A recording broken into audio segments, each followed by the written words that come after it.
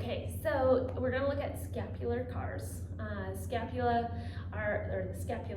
are just our shoulder blades, and we don't always sense or connect with the movement available in our shoulder blades. So to prepare for our CARs, or our controlled articular rotations, we're going to look at 4 movements that are available to our shoulder blades.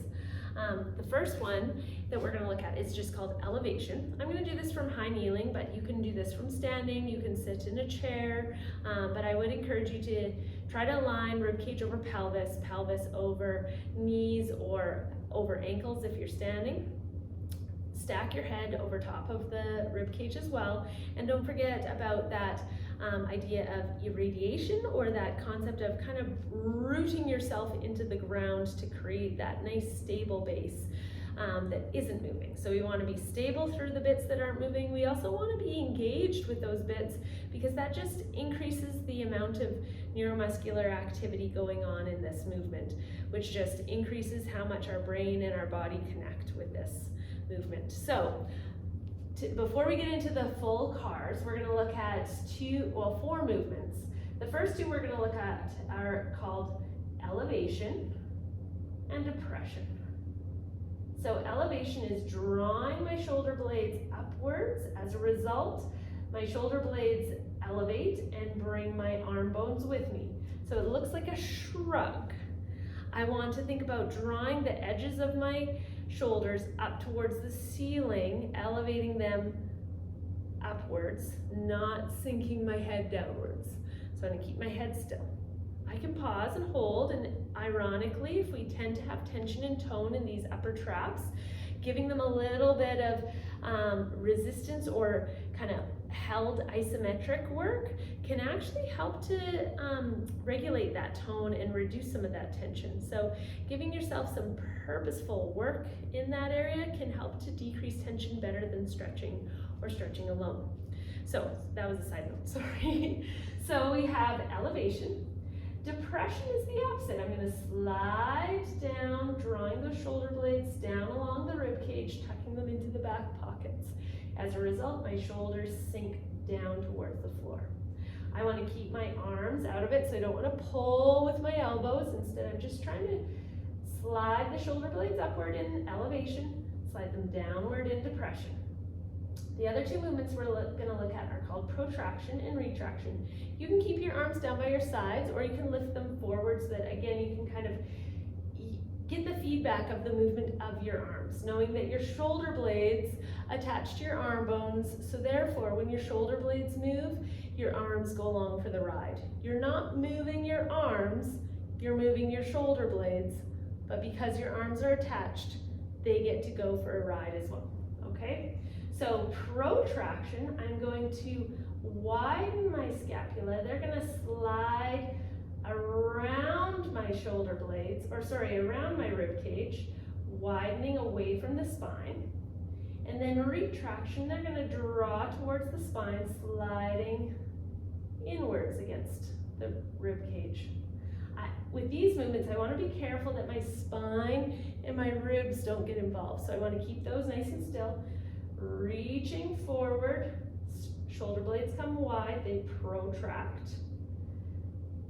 Drawing them together, shoulder blades come towards each other, they retract. My head, my rib cage, the rest of me is all nice and still. So now that we've looked at elevation, depression, protraction, and retraction, we're going to think about combining those in this rotation. And I think of the rotation kind of like I'm making a rectangle. So I glue my arms to the side, I create that whole body tension. So in this case, I'm kind of gluing my knees into my mat, spreading the mat. I'm going to engage my core, maybe even make a slight fist to create a little extra tension in that upper body as well. I'm going to slide my shoulders up into elevation. I'm going to keep them elevated as I slide them forward as far as I can.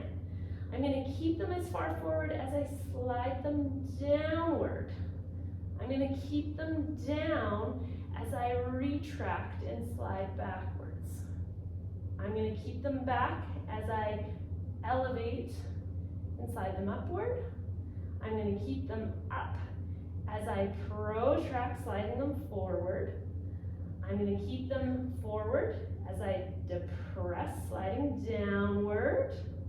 Keep them as far down as I can as I slide them back. Keep them as far back as I can as I slide them forward. Keep them, slide them upward. Keep them upward as far as I can as I slide them forward. I just did 2 laps. I'm going to go back in reverse. So I'm up and forward. I'm going to stay up and slide back. I'm going to stay back and slide down. I'm going to slide down or stay down and slide forward. I'm going to stay forward and slide upward. Stay upward, slide back. Keep them as far back as you can, sliding them down into depression. Keeping them as down as you can, sliding them forward into protraction. Keeping them as forward as you can and sliding them up into elevation. There was our starting point, and I just did 2 laps in the other direction.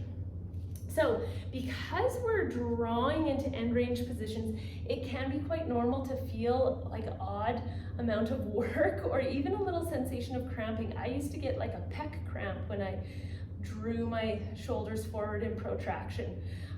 Part of that is because these are end range positions that your body, sorry, there's a fly, your body might not be massively coordinated in controlling at this point.